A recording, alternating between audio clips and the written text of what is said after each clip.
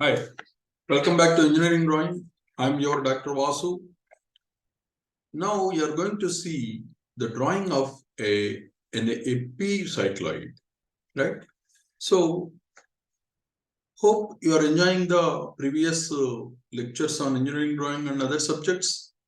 ఈ డ్రాయింగ్ తో పాటు ఇంకా వేరే సబ్జెక్ట్స్ గురించి మరింత తెలుసుకోవాలనుకుంటే ఈ ఛానల్ కు సబ్స్క్రైబ్ చేయండి. మీకు ఈ లెక్చర్ నచ్చితే లైక్ చేయండి, కామెంట్ చేయండి. ఫ్యూచర్ లో ఇటువంటి వీడియోస్ మరిన్ని చేయడానికి హెల్ప్ చేస్తుంది. సో ఇప్పుడు ఎపిసైక్లాయిడ్ అంటే ఏంటో చూద్దాం. సపోజ్ మనం ఒక ఫ్లైఓవర్ పక్కనే నిల్చొని ఉన్నాం. ఫ్లైఓవర్ ఇలా ఉంది. దీని మీద ఒక సైక్లిస్ట్ వెళ్తున్నాడు. అతని సైకిల్ రిమ్ అంటే వీల్ ని తీసుకున్నాం. ఆ సైకిల్ వీల్ ఇలా ఉందనుకుందాం.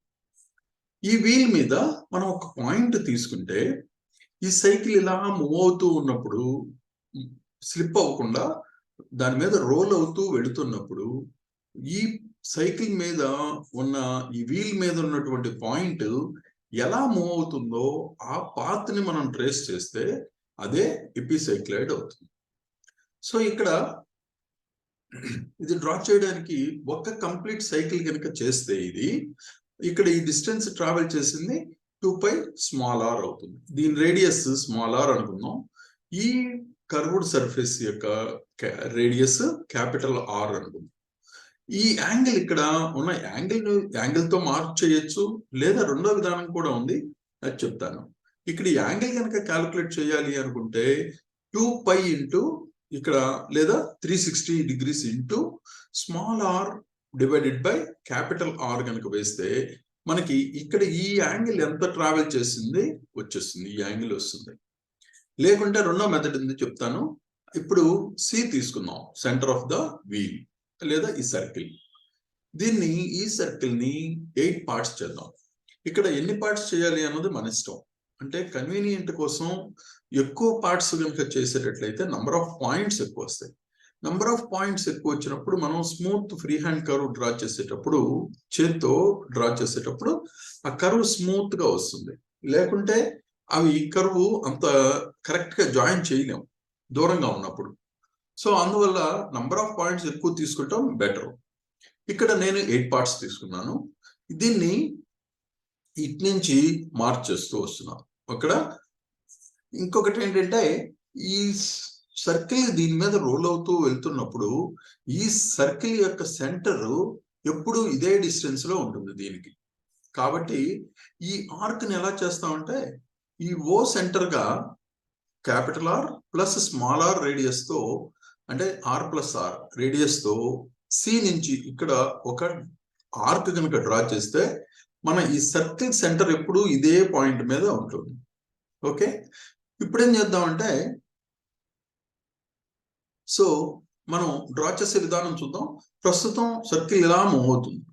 అలా మూవ్ అయ్యి ఇలా వస్తే మనకు వచ్చే అటువంటి కర్వ్ని ఎపిసైక్లాయిడ్ అన్నాం.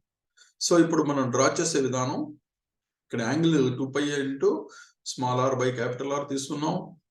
ఇక్కడ సర్కిల్ తీసుకున్నాం. దీన్ని 12 ఈక్వల్ పార్ట్స్ లేదా ఇక్కడ చెప్పినట్లుగా 8 పార్ట్స్ చేస్తున్నాం. దీన్ని నేమింగ్ వచ్చేసరికి ఇక్కడ 1 2 ఇలా మార్క్ చేసాం. 8 పాయింట్స్ వచ్చాయి. అలాగే ఇక్కడ ఈ కర్వ్ ని మనం ఇక్కడ ఈ లెంగ్త్ తో ఇక్కడ నుంచి యాంగిల్ మెజర్ చేసి తీసుకుంటే AB డైరెక్ట్ గా వస్తాయి.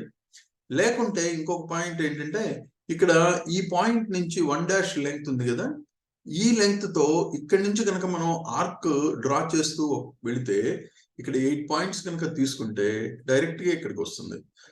ఎర్రర్ ఏదన్నా స్మాల్ ఎర్రర్ ఉండొచ్చు, but that is negligible. So ఆ విధంగా కూడా మనం ఈ కర్వ్ ని కనుక్కోవచ్చు, అంటే AB ఆర్క్ లెంగ్త్ అని.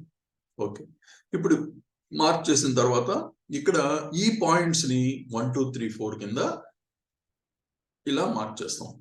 మార్క్ చేసిన తర్వాత ఏం చేస్తాం అంటే స్మాల్ r ఇందాక చెప్పినట్లుగా small r plus capital R radius గా ఇక్కడ O నుంచి ఇక్కడ C గుండా పాస్ అయ్యేలాగా ఒక కర్వ్ డ్రా చేద్దాం. ఈ కర్వ్ డ్రా చేసినప్పుడు మనకి ఈ సర్కిల్ యొక్క సెంటర్ ఎప్పుడు కూడా ఈ కర్వ్ మీదే ఉంటుంది.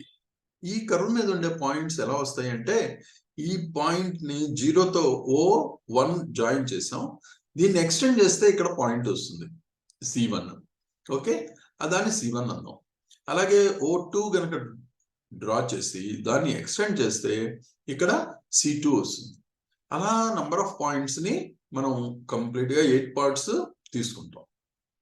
8 పాయింట్స్ మార్క్ చేసిన తర్వాత ఇప్పుడు ఈ సర్కిల్ రోల్ అవుతున్నప్పుడు ఎలా వస్తుందో చూద్దాం. ఇంకొకటి, ఈ పాయింట్ నుంచి ఈ నంబర్ ఆఫ్ పాయింట్స్ ఇక్కడ ఉన్నాయి కదా, ఈ పాయింట్స్ నుంచి ఓ సెంటర్ గా ఈ పాయింట్స్ గుండా పాస్ అయ్యేలాగా ఆర్క్స్ ఆఫ్ సర్కిల్స్ డ్రా చేద్దాం.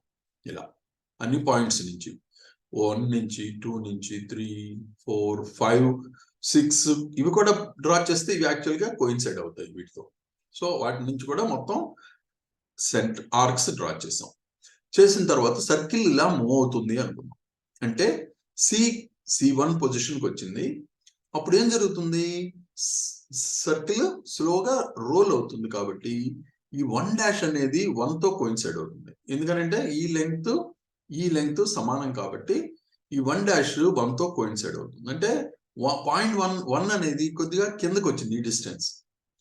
అప్పుడు అదర్ సైడ్ ఏం జరుగుతుంది, ఇక్కడ ఉన్న ఈ పాయింట్ ఇదే డిస్టెన్స్ పైకి వెళ్తుంది. అంటే ఇక్కడ ఈ పాయింట్ 1 కిందకి వచ్చింది కాబట్టి ఇటు సైడ్ ఈ పాయింట్ పైకి వస్తుంది. ఎంతవరకు, ఈ ఫస్ట్ పాయింట్ గుండా డ్రా చేసిన కర్వ్ వరకు. అంటే ఇక్కడ మనం కనుక ఒక ఆర్క్ డ్రా చేస్తే స్మాల్ ఆర్, ఈ radius circle radius small R తీసుకుని ఈ సెంటర్ నుంచి కనుక ఒక ఆర్క్ డ్రా చేస్తే ఇక్కడ మనకు ఒక పాయింట్ P1 వస్తుంది. సో ఈ P1 ని మనకు పాయింట్ P1 వచ్చింది. అలాగే నెక్స్ట్ ఇంకా మూవ్ చేసినప్పుడు ఈ సర్కిల్ ఇంకో పొజిషన్ తీసుకుంటుంది. అంటే C2 సెంటర్ గా నెక్స్ట్ మూవ్ అయింది. ఇక్కడ C2 సెంటర్ గా ఇంకొక ఆర్క్ స్మాల్ ఆర్ రేడియస్ తో ఈ సెకండ్ లైన్ గుండా పాస్ అయ్యే ఆర్క్ ని ఇంటర్సెక్ట్ చేస్తే ఇక్కడ ఒక పాయింట్ P2 వస్తుంది. అలాగే P3, ఓకే, P3 వచ్చింది. P4 అంటే టాప్ మోస్ట్ పొజిషన్కి వచ్చేస్తుంది. ఇక్కడ P4 వస్తుంది. ఒకసారి అంటే కింద ఉన్న పాయింట్ కంప్లీట్ గా ఒక హాఫ్ రెవల్యూషన్ అయ్యేసరికి పైకి వచ్చేస్తుంది.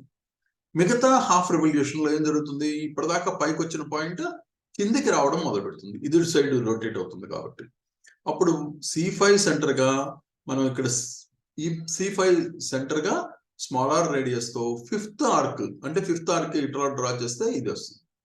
ఇక్కడ నుంచి జాయిన్ చేస్తే ఇక్కడ ఒక పాయింట్ వస్తుంది. అలా C6 నుంచి ఒక పాయింట్, ఓకే, C6 నుంచి డ్రా చేసిన కర్వ్ ఇది. సో C7 అంటే ఇది, ఓకే, P7 వచ్చింది. అలాగే C8 సెంటర్ గా మళ్ళీ original same point base circle మీదకి వచ్చేస్తుంది. ఈ విధంగా P8 వచ్చింది. సో ఇలా మనకి నంబర్ ఆఫ్ పాయింట్స్ వచ్చాయి 1 to 8.